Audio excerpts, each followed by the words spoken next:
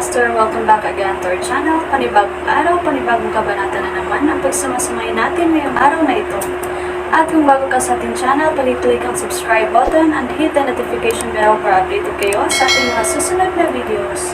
So mga Master, bago natin simulan ang ating kabanata ngayong araw na ito, huwag po sana natin skip yung ads mga Master, no, dahil malaking bagay na po yan sa ating munting channel. So simulan na natin kabanata ngayong araw na ito. Let's go! Kabanata 4061-4070. Kabanata 4061. Aabisuhan ko sana ang Heaven Eradicating Sects Lord tungkol sa prutas, pero dahil napitis ka na, kaya lang. Dahlia, hintayin mo ako dito. I must find a place somewhere around here to cultivate it, sabi ni James bago siya mabilis na iniwan. This guy. Napasimangot si Dahlia. Hindi ba siya dapat bumalik sa Soul Realm para iligtas ang aking mga taga-nayon? Bakit siya biglang aalis para magtanim? Isip ni Dahlia. Gayunpaman, wala siyang choice kundi hintayin siya dahil nakaalis na si James. Hawak ni James ang Fruit of Life at nagpakita sa isang espiritual na bundok sa isang lugar sa sakop ng space race. Ang Empyrean spiritual energy doon ay sagana. Tumayo si Amanor sa tuktok ng espiritual na bundok. Diretsyong lumapit si James sa gate ng manor. Isang babaeng nakasuot ng puting damit ang biglang lumabas ng mansyon. Sa sandaling siya ay lumabas, siya ay pinalipad ng isang malakas na puwersa, at siya ay bumagsak sa lupa sa malayo. Tumayo siya at lumingon sa kanyang mansyon. Natuklasan niya na ang isang malakas na pormasayon ay nakapalibot sa kanyang tahanan, at hindi na siya makapasok. Hindi matuno ni Yaelina Saberton ang mahiwagang pormasayon na nakalagay sa paligid ng kanyang asyenda. Hindi siya nakaimik na nakakulong siya sa labas ng sarili niyang tahanan. At saka, hindi man lang niya nakita kung sino ang bumangga sa kanya kanina. Anong nangyari? Napatulala si Yaelina. Pumasok si James sa mansyon at agad na naglagay ng pormasayon para maiwasang may mangistorbo sa kanya. Si Carglane at ang iba pang mga tao ay naghihintay para sa kanya upang iligtas sila. Upang mapabilis ang proseso ng paglilinang, nag-set up siya ng time formation. Naka-lotus position si James sa loob ng bakuran ng manor. Napatingin siya sa prutas na nasa kamay niya.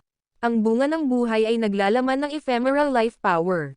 Hawak pa lamang ni James ang prutas, naramdaman na ni James ang malakas na sigla na tumagos sa kanyang katawan mula sa kanyang mga palad. Ang kapangyarihan ay nagpalusog sa kanyang katawan. Ang kanyang bloodline power ay napabuti ng husto. Huff, huminga ng malalim si James. Ang lakas ng buhay na nagmumula sa prutas na ito ay kamangha-mangha.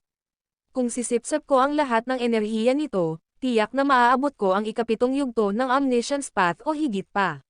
Si James ay nasa ika-6 na yugto ng Omniscience Path sa mahabang panahon. Napapailing siya sa tuwa. Pinigil niya ang kanyang emosyon at sinubukang pakalmayan ang sarili. Pagkatapos niyang kumalma, casual niyang iwinagayway ang kanyang kamay.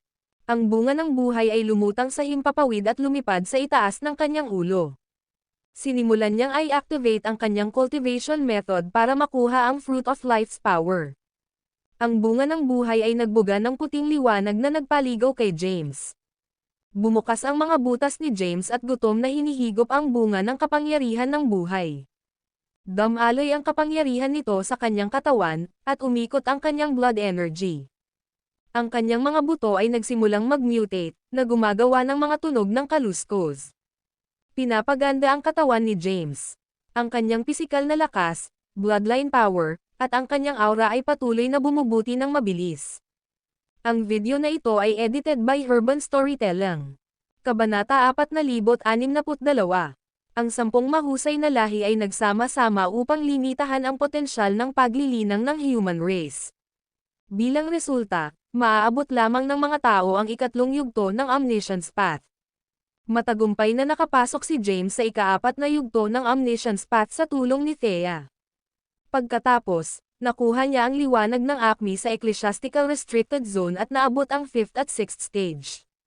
Simula noon, ang kanyang pisikal na lakas ay lumago sa isang glacial rate, at nadama ni James na walang gaanong pag-unlad. Ngayong mayroon na siyang bunga ng buhay, umaasa siyang maaabot niya ang mga bagong taas. Ang kanyang enerhiya ng dugo ay umuuga, at ang kanyang istruktura ng buto ay nagsimulang magbago. Kasabay nito, ang kanyang mga selula ng kalamnan ay nasira at paulit-ulit na binago ang kanilang mga sarili. Sa buong proseso, unti-unting tumaas ang kanyang pisikal na lakas. Dumadaan sa pagbabago si James. Lumipas ang oras bawat minuto. Lumakas ng husto ang lakas ni James. Dahan-dahan niyang dinalisay ang bunga ng kapangyarihan ng buhay. Hindi gumagalaw si James sa isang lotus position sa bakuran ng manor. Sa bandang huli, naabsorb niya ng buo ang kapangyarihan ng prutas. Ang kanyang katawan ay lumipad ng mahigit 10 metro mula sa lupa at nagbuga ng puting liwanag. Ang liwanag ay bumuo ng nakakasilaw na halo sa paligid niya. Mas hinihigop pa niya ang lakas ng prutas. Higit pa sa kanyang potensyal ang na-unlock sa pamamagitan ng pagpapakain nito. Ang kanyang acupoints ay naglabas ng mahiwagang kapangyarihan, na nagpapalakas sa bawat bahagi ng kanyang katawan. Ang kanyang pisikal na lakas at aura ay tumaas. Maraming mga powerhouse ang nagtipon sa pinakamataas na rurok ng teritoryo ng space race. Namamangha silang tumingin sa espiritual na bundok kung saan nililinang ni James. 30,000 taon na ang nakalipas. Napatingin si Hastur sa bundok sa di kalayuan. Nang makita niya ang puting liwanag na sumisikat mula sa bundok, at ang malakas na aura na nagmumula rito, hindi niya maiwasang mamangha. Patuloy na lumalakas ang aura ni James. Sa pamamagitan lamang ng pakiramdam ng kanyang aura, masasabi kong narating na niya ang ikapitong yugto ng Omniscience Path. Sinabi ng isa sa mga elder ng space race, ang ikapitong yugto. Kahanga-hanga iyon. Noong Primordial Realm Era, ang isang taong nakaabot sa Omniscience Path H's 7th stage ay maituturing na isang walang kap-ares na powerhouse. Tugon ni Hastur, talaga. Ang ika-6 na yugto ng Omniscience Path ay may lakas na katumbas ng isang 9-power Macrocosm Ancestral God. Ang pag-abot sa ikapitong yugto ay maglalagay sa kanya sa par sa isang quasi-Acmin. Pagkatapos ng labanan sa Primordial Realm, ang human race ay halos ganap na nalipol. Pagkalipas ng mahabang panahon ay lumitaw ang Heaven Eradicating Sect. Kahit noon pa man, walang kapansin-pansing powerhouse ang kanilang sekta. Hindi ko inaasahan na malampasan ng isang tao ang lahat ng limitasyon at maabot ang ikapitong yugto ng Omniscience Path. Talaga. Kung siya ay papasok sa Omniscience Path H's 8th stage, siya ay katumbas ng isang Acmin. Kung gagawin niya iyon, makakabalik ang human race at mapatatag ang posisyon nito sa Greater Realms. Naglabas ng malakas na aura si James. Nalaman ng mga powerhouse ng space race ang kanyang kasalukuyang lakas mula sa kanyang aura. Si Dahlia, na kasama nila sa pangunahing bulwagan, ay humagulgol din sa pag-asa. Si James ang kauna-unahang tao na nakarating sa ikapitong yugto ng Omniscience Path mula nang masira ang Primordial Realm Era. Kahit na ang Heaven Eradicating Sect's leader ay makapangyarihan, hindi niya nilinang ang mga normal na landas na ginagawa ng mga tao. Sa halip, gumamit siya ng ibang uri ng sistema ng paglilinang. Anuman ang sistema ng paglilinang na sinundan ng isa, ang Acme rank ay palaging ang layunin. Maaari silang tumahak sa iba't ibang landas, ngunit ang destinasyon ay pareho. Nakuha na ni James ng buo ang kapangyarihan ng bunga ng buhay sa manor. Tinulungan siya ng bunga ng buhay na gumawa ng panibagong tagumpay, at siya ay nasa ikapitong yugto ng Omniscience Path. Ang kanyang enerhiya ng dugo ay tumigil sa pag-ikot, at ang kanyang mga acupoint ay nagsara din. Tumigil siya sa paglilinang, tumayo, at iniunat ang kanyang mga kalamnan. Basag. Sa sandaling gumalaw siya, nanginginig ang kanyang mga buto. Napangiti si James matapos maramdaman ang malakas na puwersa sa kanyang pisikal na katawan. Ang video na ito ay edited by Urban Storytelling. Kabanata 4063. Naabot ko na sa wakas ang ikapitong yugto ng Omniscience Path at mas malakas na ako ngayon kaysa sa 9-power Macrocosm Ancestral God rank. Naabot ko na rin ang quasi-Acme rank. Huminga ng malalim si James. Ang pagsasanay sa Omniscience Path ay napakahirap. Naabot lamang niya ang ikapitong yugto pagkatapos ng labis na pagsisikap at paglaan ng maraming oras. Ayon sa alam ni James, ang pinakamataas na yugto sa Omniscience Path ay ang 9th stage. Ang isang taong nakarating sa ika-9 na yugto ng Omniscience Path ay si Hastur. Walang sino man sa Greater Realms ang may kakayahang pumatay sa kanya. Ang pinakamagagawa nila ay isil siya sa isang lugar. Dispersed ni James ang kanyang aura at tinanggal ang porma sayon. Itinulak niya ang gate at lumabas ng mansyon. Habang naglalakad siya palabas, nakita niya ang isang makapal na babae na nakatayo sa kanyang harapan at galit na nakatingin sa kanya. Napakamot ng ulo si James at nagtanong, "Anong problema? May maitutulong ba ako sa iyo?"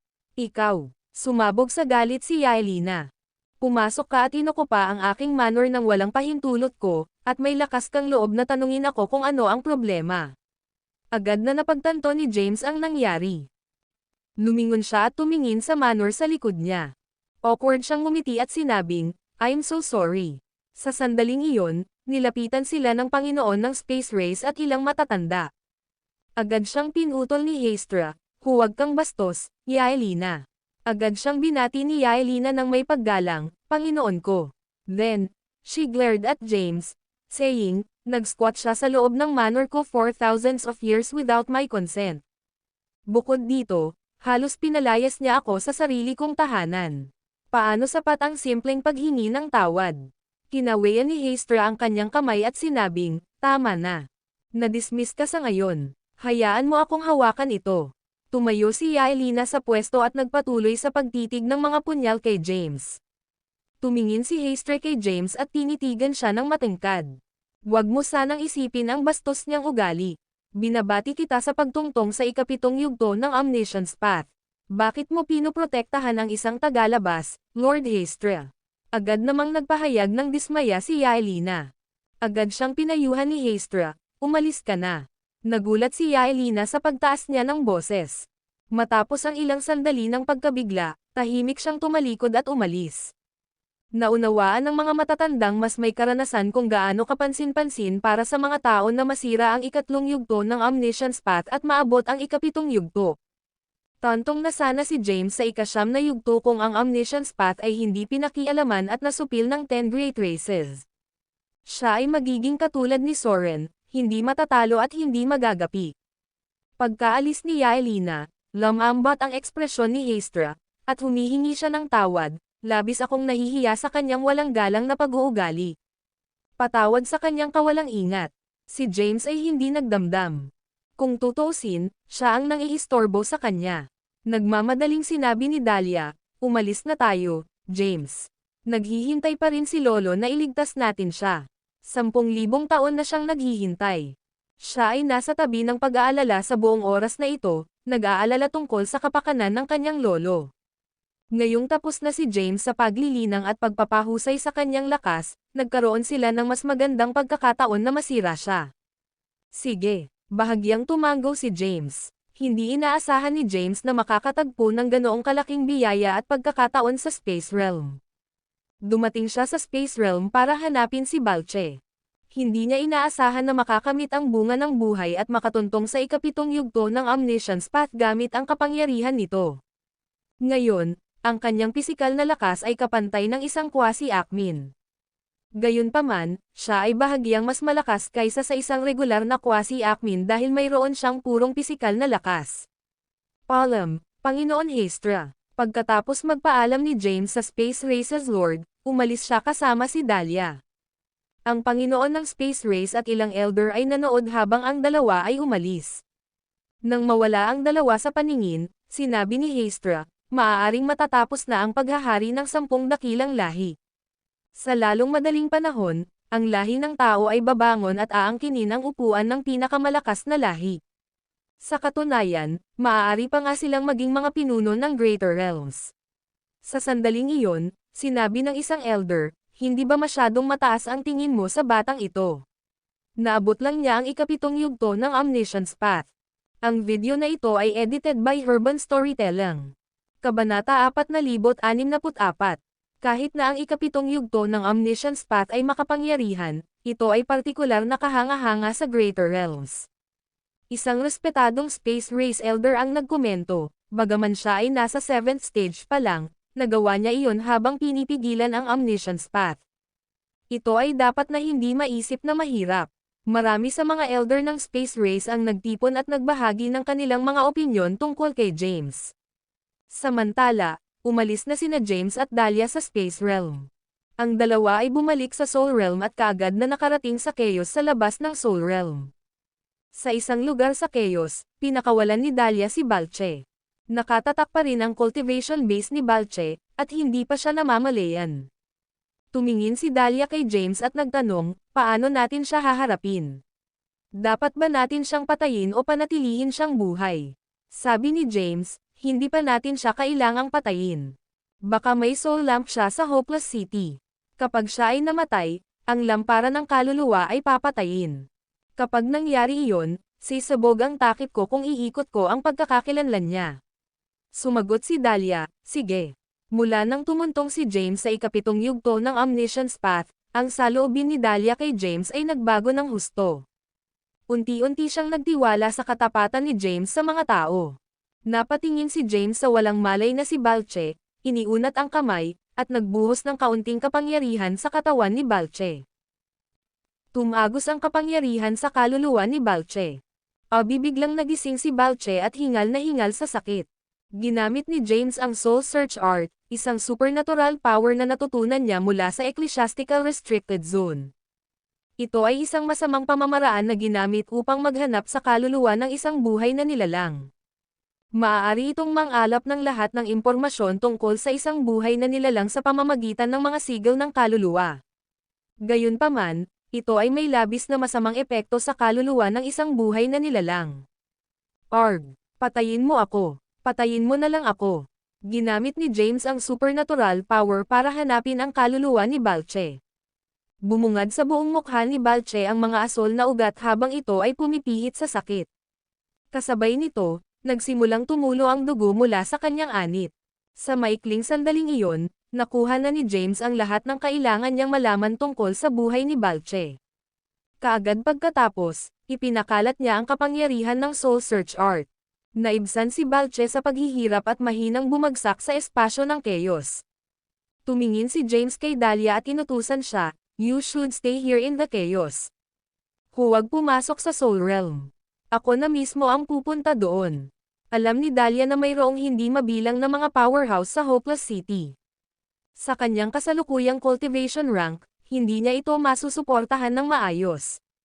Sa halip, baka maging pabigat siya kay James. Tumingin siya kay James at nagmakaawa, "Kailangan mo akong tulungang iligtas sina Lolo, Bruce, at ang iba pang mga taga-nayon." Tumanggo si James at sinabing, "I'll do my best." Pagkatapos magsalita, pinagtibay ni James ang hitsura ni Balche at gumamit ng isang espesyal na pamamaraan ng paglilinang upang baguhin ang kanyang aura. Sa sandaling iyon, ang kanyang aura ay kahawig ng kay Balche. Bagamat hindi niya ganap na mabago ang aura ng kanyang kaluluwa, maaari niyang baguhin ang aura ng kanyang kapangyarihan. Matapos itago ni James ang kanyang sarili bilang Balche, nagtamo siya ng ilang pinsala sa kanyang sarili at dali-daling kinaladkad ang kanyang sugatang katawan patungo sa Soul Realm. Lumitaw si James sa labas ng gate ng Mount Carslag. Pagdating niya sa gate ay bumagsak siya sa lupa. Ang kanyang biglaang paglitaw ay nakakuha ng atensyon ng mga gwardya sa Mount Carslag. Si Balche naman, paano siya nasaktan? "Bilis, dalhin mo siya sa loob." Mabilis na dinala ng ilang gwardya si James sa Mount Carslag. Binuhat si James sa kama sa isang courtyard house sa Mount Carslag. Humiga siya ng mahina habang sinusuri ng isang nasa katanghaliang gulang ang kanyang mga sugat. Nakasuot ng kulay abong robe ang nasa katanghaliang gulang na lalaki. Mayroon siyang puting kilay at isang misteryosong itim na half-moon mark sa pagitan ng kanyang mga kilay. Ito ay napakakapansin-pansin at kakaiba. "Anong nangyari sa iyo?" Kumunat ang noo ng lalaki. Ang video na ito ay edited by Urban Storytelling. Kabanata 4065. Si James, na itinago bilang Balche, ay mahinang sinabi, "Guro, pinangunahan ko ang isang hukbo sa Space Realm gaya ng iniutos mo." Gayunpaman, ang kanilang pagbuo ng bundok ay hindi kapani-paniwalang makapangyarihan. Hindi pa ako nakakalusot sa kabila ng mahabang panahon. Sa huli, ang dakilang elder ng lahi ng Doom, si Yori, ay nagpakita at pinunasan ang ating mga sundalo. Binitawan niya lang ako pagkatapos kong sabihin sa kanya na galing ako sa Soul Race. Gayunpaman, nasugatan din niya ako. Sinimulan ni James na subukang pukawin ang hidwaan sa pagitan ng Soul at Doom races. Ang Doom Race ang kasalukuyang pinakamalakas sa 10 Great Races. Kahit na ang Ursa at Soul Race ay bahagyang mas mahina kaysa sa kanila. Naiintindihan ko, dapat kang magpahinga ng maluwag. Personal kong iuulat ang bagay na ito sa Panginoon ng lungsod. Umalis si Waspen pagkatapos magsalita ng ilang salita. Pumikit si James at nagsimulang magpahinga. Dahil ginawa niya ang mga pinsala sa kanyang sarili gamit ang kanyang Chaos Power, mabilis siyang makakabawi sa mga iyon kahit kailan niya gusto. Nagpunta si Waspen upang makilala ang Panginoon ng lungsod, si Hachan. Sa bulwagan ng pangunahing tuktok ng Mount Carslag, si Hachan ay nakaupo sa pinakamataas na upuan. Pamwesto si Waspen sa ibaba niya at ipinarating ang impormasyong narinig niya mula kay James. Iyan na naman ang maldita na Doom Race. Galit na sumimangot si Hachan. Ang Doom Race ay nakialam sa mga gawain ng Soul Race noon. Ngayon, ipinapasok nila ang kanilang mga sarili sa mga gawain ng Space Race. Hindi iniulat ni Hachan ang huling insidente sa mga nakatataas dahil ito ay isang komplikadong sitwasyon. Kung naiulat niya ang insidente, mas lalong lumala ang relasyon ng dalawang lahi. Gayunpaman, sa pagkakataong ito, nadama niya na kailangang ipaalam sa kanyang mga nakatataas. Ito ay kadalasan dahil nakatanggap siya ng balita tungkol sa Great Elder ng Doom Race, si Yori, sa pagkuha ng susi ng Cloud Race. Dahil nakuha ng Doom Race ang susi mula sa Cloud Race, tiyak na nagplano sila na makuha rin ang susi ng Soul Race. Naghinala si Hachan na ang Doom Race ay gumawa ng kasunduan sa Human Race at nagpaplanong sakupin ang Greater Realms. Ito ay isang kilalang katotohanan na ang Doom Race ay may mahusay na mga ambisyon. Matapos marinig ni Hachan ang mga ulat ni Waspen, hindi na niya maaaring palampasin ang bagay na ito. Agad siyang umalis sa Mount Carslag at nagtungo sa punong tanggapan ng Soul Race, Mount Soul. Dumating si Hachan sa Mount Soul at iniulat ang lahat ng kanyang nalalaman. Sige, naiintindihan ko, na-dismiss ka. Ang dakilang elder ng lahing kaluluwa ay bahagya na ikanaway ang kanyang kamay at pinaalis si Hachan. Gayun din, ang taong pumatay kay Saturio ay nahuli at kasalukuyang nakakulong sa piitan ng Mount Carslag. Paano ko siya haharapin? Magalang na tanong ni Hachan. Walang pag-aalinlangang sumagot ang dakilang elder, iyan ang gawain ni Tobias. Ipaubaya mo na lang sa kanya. Sige, tumanggo si Hachan. Kahit na si Hachan ay isa ring elder ng Soul Race, ang kanyang katayuan ay walang halaga kumpara sa Great Elder. Ang dakilang elder ng lahing kaluluwa ay isang supreme powerhouse na umabot sa Acme rank. Ang lolo ni Saturio, si Tobias, ay isa ring mataas na ranggo na elder dahil isa rin siyang Acmin. Sa katunayan, nakatanggap na si Hachan ng utos mula kay Tobias. Hiniling sa kanya na magpakalat ng mga chismis tungkol sa paghuli nila ng mga tao upang maakit ang higit pang mga miyembro ng Heaven Eradicating Sect. Sa pamamagitan nito, mabibihag niya silang lahat at maipaghiganti ang kanyang apo.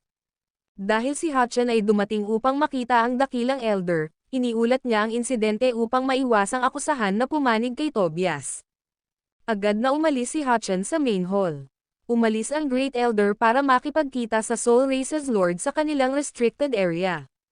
Ang dakilang elder ng lahi ng Doom ay tila nagdudulot ng gulo sa lahat ng dako at ito ay tila isang masamang premonition.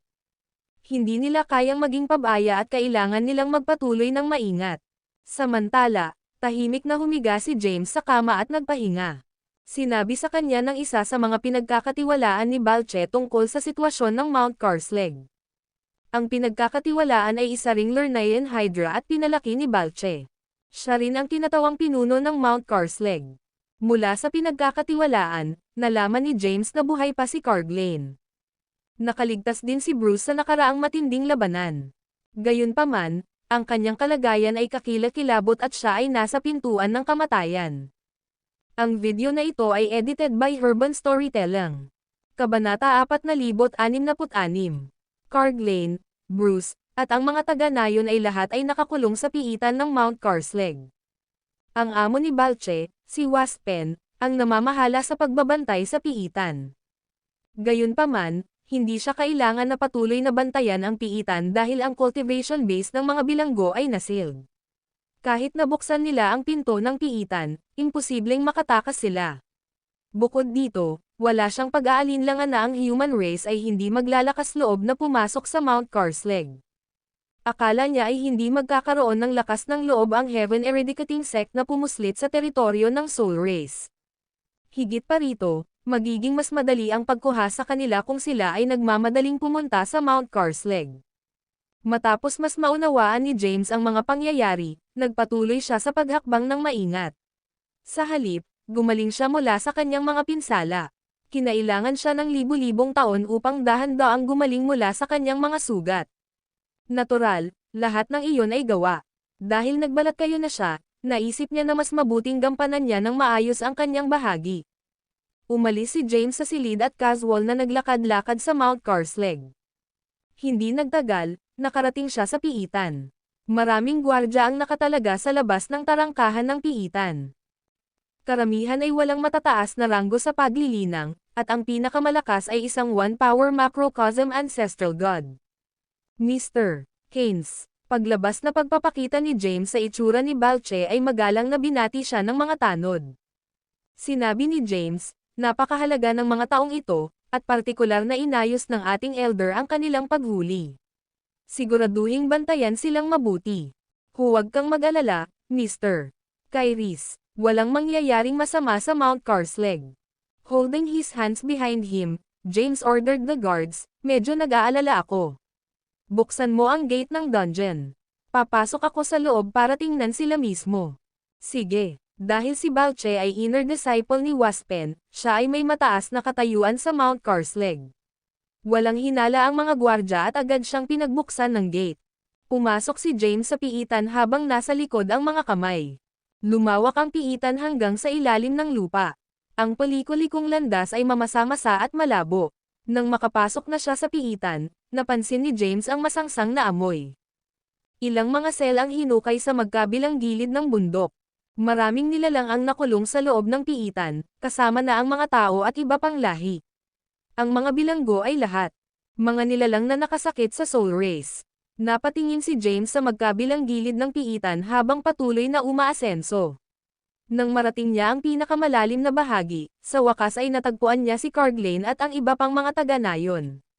Nagkunwari siyang ini-inspeksyon ang kanilang mga selda at tumalikod na para umalis.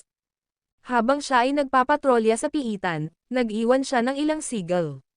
Ang mga seagull ay nakatago sa loob ng mga pader na bato, at kahit na ang isang powerhouse ay hindi natukoy ang mga ito. Matapos matiyak ang layout ng piitan, naglakad si James palabas. Pagkalabas niya ng piitan, dumating si Waspen. Tumingin si Waspen sa kanya at nagtanong, anong ginagawa mo dito? Tumingin sa kanya si James at magalang na tumugon, nag-aalala ako na baka may mangyari sa piitan, kaya pumunta ako dito para personal na inspeksyonin. Lahat ay nasa simula, at walang sira. Sinabi ni Waspen, kakagaling mo lang, at hindi ka dapat mag-alala tungkol sa piitan. Yumuko si James sa kanya. Naiintindihan, sir. Ikanaway ni Waspen ang kanyang kamay at sinabing, okay, magpahinga ka na. Okay. Tumalikod na si James at umalis. Huwag mong bubuksan ang gate ng piitan para sa sinuman kung wala silang token ko, naiintindihan mo. Pinandilatan ni Waspen ang mga gwardya at binalaan sila. Oo, sir. Agad na lumuhad ang mga tanod sa lupa at tumango ng sumasang-ayon. Hindi naman sila pinansin ni James. May porma sayon sa loob ng piitan, at ang pangunahing istruktura ay nasa tarangkahan nito. Buti na lang at nakapasok na siya sa piitan at naging pamilyar sa panloob na layout. Nag-iwan din siya ng mga seagull, na nagpapahintulot sa kanya na pag-aralan ang porma sayon. Sa kaunting pag-iisip, madali niyang masira ang porma sayon. Sa ipinagbabawal na lugar sa likod ng mga bundok sa likod ng Cloud Race, tinuruan siya ni Soren ng ilang paraan upang masira ang mga porma sayon. Ngayon, maaari pa niyang sirain ang mga porma sayon na itinakda ng 10 mahusay na karera, kaya ang pakikitungo sa pagbuo ng Mount Karslake ay magiging isang piraso ng cake. Ang video na ito ay edited by Urban Storytelling. Kabanata 4067. Basta masira niya ang porma sayon, madali siyang makapasok sa piitan at iligtas ang mga taga-nayon nang hindi inaalerto ang sinuman. Bumalik si James sa kanyang kwarto at nagpatuloy sa pagpapahinga. Biglang may kumatok sa pinto. Tumugon si James sa kumatok, na nagsasabing, pumasok ka. Isang lalaking nasa katanghaliang gulang ang pumasok sa silid, isinara ang pinto, at umupo sa isang upuan. Ito ang pinagkakatiwalaan ni Balche. Pagkabalik ni James mula sa Space Realm, na-update siya ng confidant na ito tungkol sa halos lahat ng bagay. Anong problema? May problema ba? Tanong ni James. Sinabi ng Katie wala, narinig ko ang isang powerhouse mula sa Heaven Eradicating Sect na lumitaw sa Soul Realm. Oh, napukaw ang curiosity ni James. Paulit-ulit na sinabi ni Dahlia sa kanya na hinding-hindi ililigtas ng Heaven Eradicating Sect ang sino man sa kanilang mga miyembro na nabihag ng ibang lahi. Kaya bakit nagpakita ang isang miyembro ng sekta sa Soul Realm? Tinanong ni James, sino ito? Sumagot ang confidant, ayon sa balita mula sa Heaven Eradicating Sect, ang taong nagpakita ay ang kanilang deputy leader. Malamang, siya ay kapatid ng isa sa ating mga bilanggo. Oh, nakikita ko. Bahagyang tumango si James. Kapatid ng isang tao, ha? Hindi nakakagulat na labagin ng deputy leader ang mga patakaran. Sino ang maaaring maupo habang kinukuha ng kaaway ang kanilang mga kapatid? Isip ni James. Alam ni James na kailangan niyang kumilos sa harap ng deputy leader ng Heaven Eradicating Sect. Kung hindi, magdaragdag ito ng isa pang tao sa listahan ng mga taong kailangan niyang iligtas. Gayunpaman, hindi pa tamang panahon para kumilos. Gusto ni James na ipahanap kay Dahlia ang deputy leader at kumbansihin itong huwag padalos-dalos.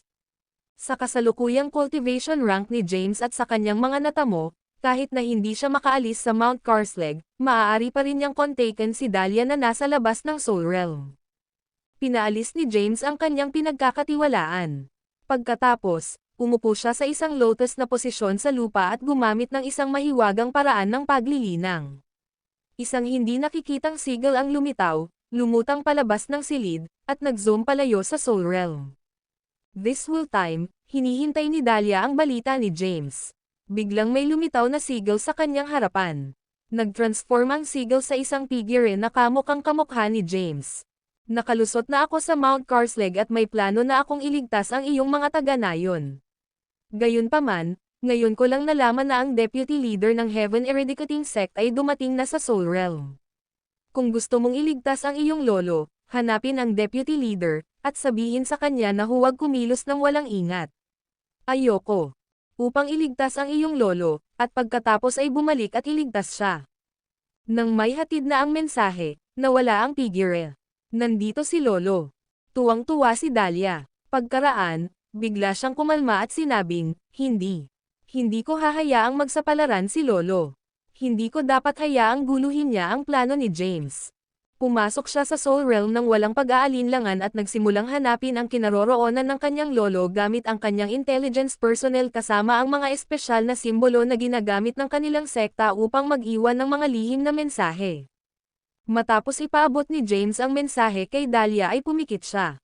Ginamit niya ang mga sigil na iniwan niya sa piitan para i-scan at pag-aralan ang formation.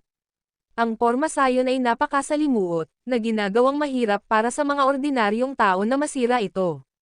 Gayunpaman, ito ay bahagyang hamon para kay James at aabutin lamang ng 100 taon upang malutas. Nag-set up si James ng time formation sa paligid ng kanyang katawan at nagsimulang pag-aralan ang formation. Hindi nagtagal ay nagkaroon siya ng masusing pag-unawa sa pormasayon. Alam ko na kung paano ay ando ang formation. Oras na para kumilos. Hiniwalay ni James ang time formation at tumayo. Naglakad siya patungo sa pinto, itinulak ito, at lumabas ng silid. Gabi na noon, at ang langit ay puno ng mga bituin. Naglakad-lakad si James sa Mount Carslag, iniiwasan ang mga bantay na nakatalaga sa paligid nito, at unti-unting nagpunta sa piitan. Ang video na ito ay edited by Herban Storytelling. Kabanata 468. Ang piitan ay may pormasayon sa paligid nito, ngunit sinuri na ito ni James. Ngayon, madali niyang nabuksan ang pormasayon at tahimik na pumasok sa piitan. Nang malapit na siya sa piitan, pinigilan niya ang kanyang aura at nagtago sa kanyang paligid. Pagdating sa tarangkahan ng piitan, lumakad siya sa gilid at tahimik na sinimulan na ay disassemble ang formation. Gumawa siya ng maliit na butas sa pormasayon at pumasok sa piitan. Pagkapasok ni James sa piitan, naging malabong anino siya at mabilis na tinungo ang daanan. Saan man siya dumaan, ang mga gwardya sa loob ng piitan ay babagsak sa lupa at manghihina. Ang mga gwardya sa loob ng piitan ay medyo mahina, at madaling itinapon sila ni James.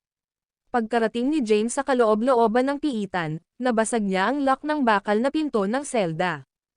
Maraming tao ang nakahiga sa loob ng madilim at malabong selda. Lahat sila ay nakaselyo sa kanilang mga cultivation base at nasugatan matapos pahirapan. Ikinumpas ni James ang kanyang kamay, at isang malakas na puwersa ang lumabas sa kanyang palad. Binuhat ng puwersa ang mga bilanggo at dinala sila sa isang kayamanan sa kalawakan.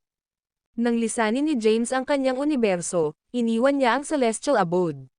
Sa kabutihang palad, madali para sa kanya na lumikha ng isa pang imbakan na kayamanan sa kanyang kasalukuyang lakas. Matapos iligtas ni James si Carglane at ang iba pa, balak niyang umalis kaagad. Gayunpaman, napansin niya ang maraming iba pang mga nilalang at tao na nakakulong sa loob ng piitan. Matapos mag-alinlangan ng ilang sandali, dinala ni James ang lahat ng mga bilanggo sa kanyang imbakan na kayamanan at tahimik na umalis sa piitan. Pumasok si James sa piitan at nailigtas ang lahat ng mga bihag sa isang maikling sandali. Wala sa mga gwardya sa labas ng piitan ang nakaalam na katatapos lang magligtas. Pagkatapos, mabilis na bumalik si James sa kanyang tirahan. Ngayong nailigtas na niya sila, tapos na ang kanyang dahilan sa pagpunta sa Mount Carslake, at oras na para umalis. Hindi nagtagal si James sa bahay. Itinulak niya ang pinto at lumabas. Paglabas niya sa bakuran ay may lalaking nagmamadaling lumapit sa kanya. "Balche, may masamang balita ako." Tumakbo ang katiwala ni Balche sa kanya. Nang malapit nang makatakas si James, natagpuan siya ng pinagkakatiwalaan. Kumunot ang noo niya at nagtanong na may displeased tone, "Anong nangyari? Bakit ka naguguluhan? Hindi ba't ilang beses na kitang binalaan na panoorin ang iyong gawi habang nasa Mount Carslake ka?" Nagmamadaling nagpaliwanag ang katiwala, "Oo, pero may masama. Nangyari na. Ang deputy leader ng Heaven Eradicating Sect ay pumasok sa Hopeless City. Papunta na siya sa Mount Carslake habang nagsasalita kami. Marami sa ating mga sundalo ang namatay sa kanyang mga kamay. Ang Mount Carslake ay nagtitipon ng isang hukbo upang labanan siya. Naghahanda kaming palibutan siya at patayin." Biglang umalangaw-ngaw ang malakas na busina sa Mount Carslake. Ito ay isang panawagan para sa lahat na magtipon. Kasunod ng pagtunog ng busina, ang mga powerhouse at mga gwardya ng Mount Carslake ay mabilis na nag-armas at nagmadaling lumabas. Nagtipon din ang mga powerhouse mula sa iba pang espiritual na bundok sa Hopeless City upang suportahan sila. Sampain si James sa kanyang puso, "Damn it! Nailigtas na niya ang lahat," ngunit ang deputy leader ng Heaven Eradicating Sect ay bulag na sumugod para iligtas sila. Walang ideya si James kung gaano kalakas ang deputy leader ng Heaven Eradicating Sect ngunit nahulaan niya na malamang na wala siyang ganoong kataas na ranggo. Siya ay higit sa isang quasi-acme na hindi umabot sa acme rank. Malamang na sobra niyang tinansya ang kanyang sariling lakas, kung siya ay walang ingat na sumugod sa Hopeless City upang iligtas ang kanyang mga kamag-anak. Kahit na nagawa niyang patayin ang ilan sa mga miyembro ng Soul Race, mahuhuli pa rin siya. In the worst case scenario, baka mapatay pa siya. "Bilisan mo, Balche. Dapat tayong sumali sa hukbo at labanan siya ng sama-sama," sabi ng confidant. Sige. Ang video na ito ay edited by Herban Storytelling. Kabanata 4069. James. Wala siyang masyadong magagawa sa mga sandaling iyon. Sinundan niya ang nagtitipon na hukbo at nagmamadaling lumabas ng Mount Carslake. Sa sandaling iyon, libu-libong mga sundalo ang nagtipon na sa labas ng Mount Carslake at nakapalibot sa isang tao.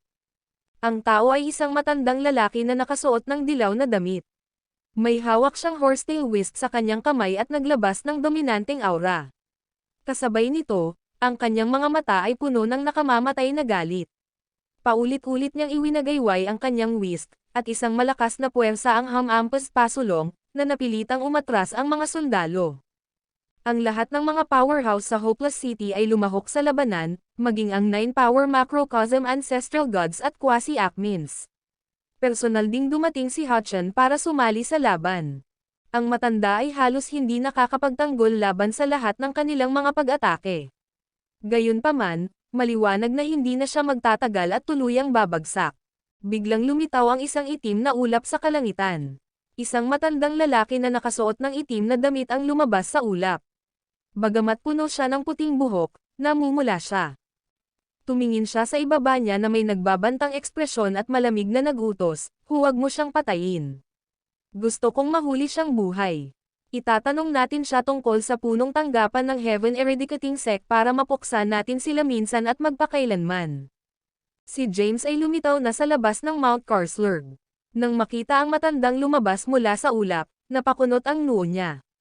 Ang matanda ay walang iba kundi ang lolo ni Saturio na si Tobias.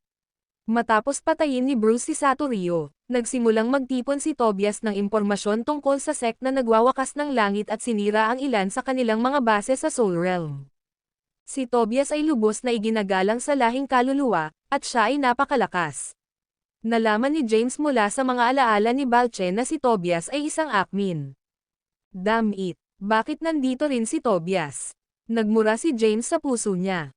Kung ilang quasi-Akmins lang at 9 power macrocosm ancestral gods, posible pa rin para sa kanya na iligtas ang deputy leader ng Heaven Eradicating Sect at makatakas.